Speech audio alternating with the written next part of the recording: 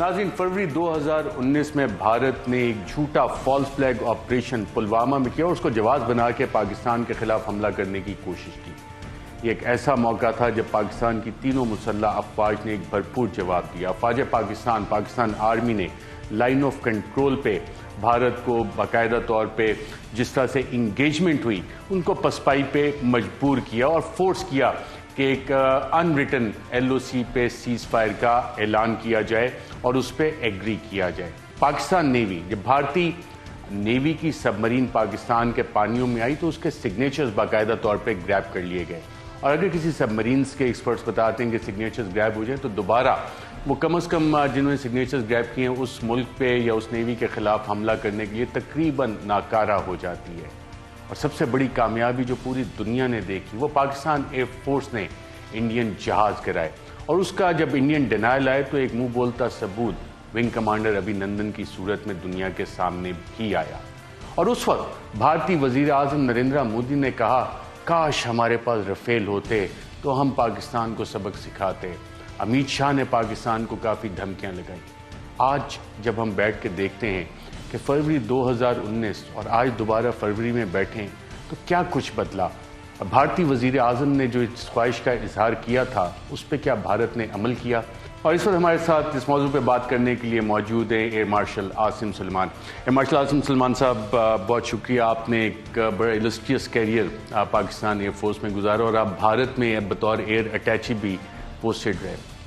ہندوتوا جو بھارتی معاشرے کی ٹرانسفارمیشن ہو رہی ہے، ٹرانزیشن ہو رہی ہے، اس سے کیا بھارت کو خطرہ ہے یا پاکستان کو خطرہ ہے؟ Thank you for having me جی۔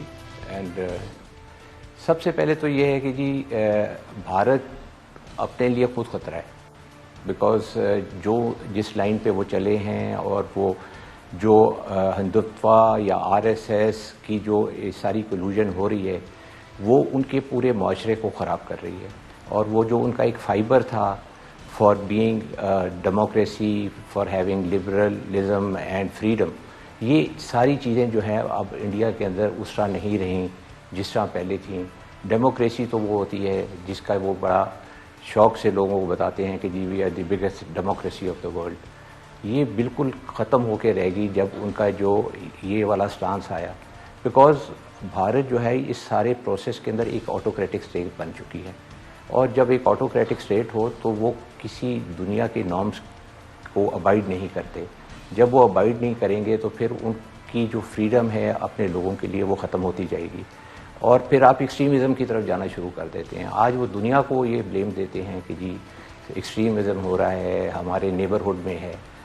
کبھی وہ اپنے اندر انورڈ ہو کے دیکھیں تو ان کو معلوم ہوگا کہ جتنا انہوں نے اپنے ملک کے اندر اس وقت ظلم شروع کیا ہوا ہے، اور اسپیشلی مائنورٹیز کے ساتھ، یہ ایک ڈیموکریسی کا تو کام نہیں بنتا کہ وہ اس طرح اپنے لوگوں کے ساتھ ٹریٹمنٹ کرے، اور پھر جو ظلم ہو رہے ہیں لوگوں کے اوپر وہاں پہ مائنورٹیز کے اوپر وہ آپ کے سامنے ہی ہے، اسپیشلی جو مسلم کمیونٹی ہے اس کے اوپر۔ اور یہ کوئی آج کی شروع ہوئی بات تو نہیں ہے، یہ this started long time ago, especially جب یہ BJP گورنمنٹ کیم، ان کے جو انڈر کرنٹس تھے وہ بالکل اسی لائن پہ چل رہے تھے۔ اور جب میں انڈیا میں تھا 99 سے لے کے 2003 تک، ان دنوں میں بھی یہ نریندر مودی صاحب یہی چیف منسٹر ہوتے تھے گجرات کے، اور جو کچھ وہاں پہ گجرات میں ہوا اور جو وہاں پہ ایئر مارشل سلیمان صاحب، آپ نے جو ٹائم پیریڈ بتایا جب آپ وہاں پہ تھے، یہ وہ ٹائم ہے جب باقاعدہ طور پہ BJP کا رائز شروع ہوا، اور جو واقعات وہاں پہ ہوئے اس وقت بھارتی سوسائٹی میں کیا جب آپ تھے آپ نے یہ ریئلائزیشن دیکھی کہ یہ تھریٹ آج جب ہم بیٹھ کے 2022 میں دیکھتے ہیں کہ ایک سیکولر انڈیا وہ تباہ ہو گیا، انڈیا ہندوستان ہندوتوا کے نام سے جانا جاتا ہے، وہ ٹرانسفارمیشن اور بھارتی سوسائٹی میں اس وقت وہ ریئلائزیشن تھی وہاں پہ اس وقت جو سوسائٹی تھی، جو انٹلیکچوئل تھے، وہ کیا کہہ رہے تھے؟ جو سینئر ایلیمنٹس تھے جی ان کو تو یہ رائٹنگ آن دا وال نظر آ رہی تھی، اسپیشلی جس طرف BJP اپنے ملک کو دھکیل رہی تھی۔ آپ اس وقت کا بھی اگر ٹائم فریم کا تھوڑا سا جائزہ لیں تو آپ کو پتہ چلے گا کہ جب یہاں سے پاکستان سے مشرف صاحب وہاں گئے، and we were close to a very good sort of agreement with the Indians, اور اس کے اوپر بھی جنہوں نے اس کو سارے کو سکٹل کیا وہ یہ BJP کے ہارڈ لائنرز تھے، جس میں اڈوانی صاحب تھے اور ان کے جو لیڈرشپ تھی. So the thing had started right then. اور انڈینس تو کبھی بھی اس قسم کے کمپرومائز کے اوپر تھے ہی نہیں کہ جی پاکستان کے ساتھ کسی طرح وہ ٹیبل پہ آئیں اور ڈسکس کریں, بیکاز ان کی مینٹیلٹی یہ ہے کہ جی we are big brothers and big brother is not supposed to give out anything to anybody, اور ہم کیوں کس لیے یہ چیز دیں. تو ان کے لیے تو دنیا کے لیے یا انسانیت کے لیے تو کوئی درد نہیں ہے, ان کے لیے تو صرف ایک ہی ہے ایکسٹریمزم کہ جی ہم جو ہے اپنے ہندوتوا کا جو بینر ہے اس کو آگے لے کے چلیں, اور اس کے اندر جس کو بھی مرضی وہ رون دیں, ان کو تو کسی قسم کی پرواہ نہیں ہے. اینڈ آج آپ دیکھیں جو ان کے پرائم منسٹر ہیں, اس وقت جب وہ چیف منسٹر سے گجرات کے, رائٹ انڈر ہز نوز کیا ہوا, کتنا ظلم ہوا اور کس طرح وہاں پہ تباہی مچائی گئی ہیومن رائٹس کی. تو دس ول کنٹینیو, یہ کبھی ختم ہونے والا تو ہے نہیں. لیکن یس یو ایبسلیٹلی رائٹ, یہ وہی ٹائم فریم ہے جب یہ کام شروع ہوا. لیکن وہاں کی جو سینئر ایلیمنٹس تھے وہ دے آل ایگری ٹو اٹ کہ یہ جو ہو رہا ہے یہ ٹھیک نہیں ہو رہا, لیکن یہ رکنے والا بھی نہیں ہے. اچھا مارشل اعظم سلمان صاحب, آپ نے کہا ایکسٹریمسٹ آئیڈیالوجی ہندوتوا, اس کے خطے میں بھی عزائم ہوں گے. ایکسٹریمسٹ آئیڈیالوجیز تو اپنا فٹ پرنٹ بڑھانا چاہتی ہیں. اس وقت آپ کو لگ رہا ہے کہ نریندر مودی اپنے جو ریجنل ہیجمنی ہے وہ قائم کرنے کے لیے ہندوتوا کے اسپریڈ کے لیے کام کر رہے ہیں, اور اس سے پاکستان کو کوئی خطرہ ہے؟ دیکھیں جی, جس طرح میں نے آپ سے کہا کہ انڈیا آٹوکریٹک اسٹیٹ ہے. جب آٹوکریسی آ جائے گورنمنٹ کی مائنڈ کے اندر and they want to govern their country, تو پھر وہ ریجنل ہیجمنی کی طرف جائے گا. اور ریجنل ہیجمنی کی طرف جاتے ہوئے وہ تو ہمارے ملک کو ہمیشہ سے ایز اے تھریٹ دیکھتے ہیں, اور جب وہ پاکستان کو ایز اے تھریٹ دیکھتے ہیں جو کہ ایک پیس لونگ کنٹری ہے, آپ دیکھ لیں کہ وہ باقیوں کے ساتھ کیا کریں گے. ہم تو پھر بھی اپنا دفاع خود کرنا جانتے ہیں, اور ہم we are difficult neighbours for them to handle, because ہم حق کی بات کرتے ہیں لیکن اس کے ساتھ ہی ہم پیس کی بھی بات کرتے ہیں. لیکن جس کو تو یہ دبا سکتے ہیں ان کو تو وہ دبائیں گے. اور کیا at the end of the day result آئے گا؟ رزلٹ یہ آئے گا کہ ریجن ہیجمنی آئے گی, ریجن کے اندر وہ ڈومینیٹ کرنے کی کوشش کریں گے. جب وہ ڈومینیٹ کریں گے ریجن کو, تو automatically India is a threat to everybody in the region. ہم نے دیکھا 2019 میں 27 فروری کے بعد نریندر نے اگر ہمارے پاس رفیل ہوتے, اب تو ان کے پاس رفیل طیارے آ گئے, تو اس میں کچھ پاکستان کے ساتھ اور خاص طور پہ پاکستان ایئر فورس کے ساتھ جب آپ کمپیریزن کرتے ہیں کہ جو ہمارے پاس F-16 ہے, JF-17 تھنڈر ہے, ان کے پاس میراجز ہیں, Su-30 ہیں, اور اب رفیل بھی آ گئے ہیں, تو انڈیا کے پاس کوئی ایئر سیکیورٹی قائم ہوئی ہے اس کے آنے سے؟ دیکھیے جی, ہم ہمیشہ سے انڈیا کے ساتھ ہمارا 1:3 کا ریشو رہا, اور اسی ریشو میں رہ کے ہم نے ساری جنگیں بھی لڑی ہیں ان کے ساتھ. اور ابھی ریسنٹ جو آپریشن ہوا اس کے اندر بھی ان کے پاس بھی وہی ایڈوانٹیج تھا 1:3 کا.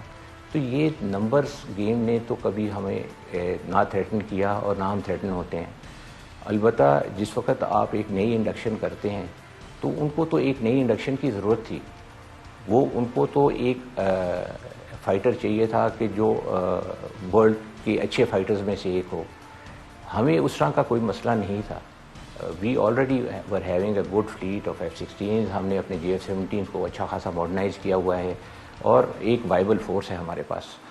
تو اگر ہم یہ بولیں کہ جی انڈیا کے پاس رفیل آنے سے کوئی گیم چینجر آ گیا, گیم چینجر تو نہیں آیا.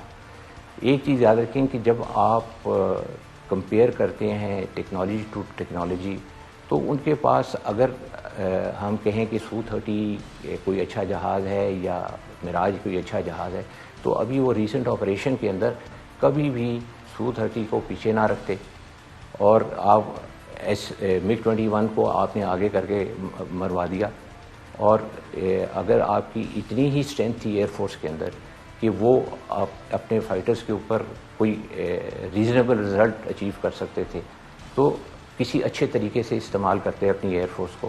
میرا تو خیال ہے کہ the handling of their fleet during the operation was also very پور.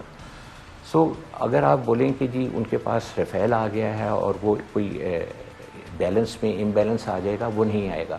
اگر آپ 1:1 بھی کمپیئر کریں F-16 کے ساتھ, تو F-16 کے اندر بھی کچھ ایڈوانٹیجز ہیں اور رفیل کے اندر بھی کچھ ایڈوانٹیجز ہیں. F-16 دنیا کا ایک پروون فائٹر ہے, اس کو 3,500 جہاز بن کے دنیا میں بک چکا ہے, جبکہ رفیل ابھی ریلیٹیولی نیو ہے. اور وہ ابھی اس طرح کامبیٹ پروور نہیں ہے جس طرح F-16 رہے ہیں. اور اسپیشلی آفٹر F-16 ہمارے پاس جو JF-17 ہیں, اور JF-17 کے اندر جو ابھی ہم لیٹسٹ ورژن اس کا لا رہے ہیں بلاک 3 کا, that will have capabilities of carrying weapons جو کہ کافی ایڈوانسڈ ہیں, اور وہ ہمیں وہی ایج دیں گے جو کہ اکراس دا بارڈر جہازوں کے اوپر ہوگا یا ہمارے اپنے جہازوں پہ ہوگا. سو یہ ایک بہت بڑا بریک تھرو ہوگا ہمارے بلاک 3 کا, کہ وہ اسی قسم کی ویپن کی کمپیٹیبلٹی رکھے گا جس طرح کی رافیل کی ہوں گی یا اس سے شاید بہترین. اہم ترین خبریں اب ایک کلک کی دوری پر. ہر لمحہ باخبر رہنے کے لیے سبسکرائب کریں ہمارا YouTube چینل. اپنے موبائل فون سے ملکی اور بین الاقوامی اہم خبروں تک رسائی کے لیے ڈاؤن لوڈ کیجیے موبائل ایپ. باموثوق ذرائع سے مصدقہ خبروں, تجزیوں اور تبصروں سے مستفید ہونے کے لیے وزٹ کیجیے پاکستان کی سب سے بڑی news website. ARY news پہنچا رہا ہے خبریں سب سے پہلے آپ تک, تاکہ آپ رہیں ہر لمحہ باخبر.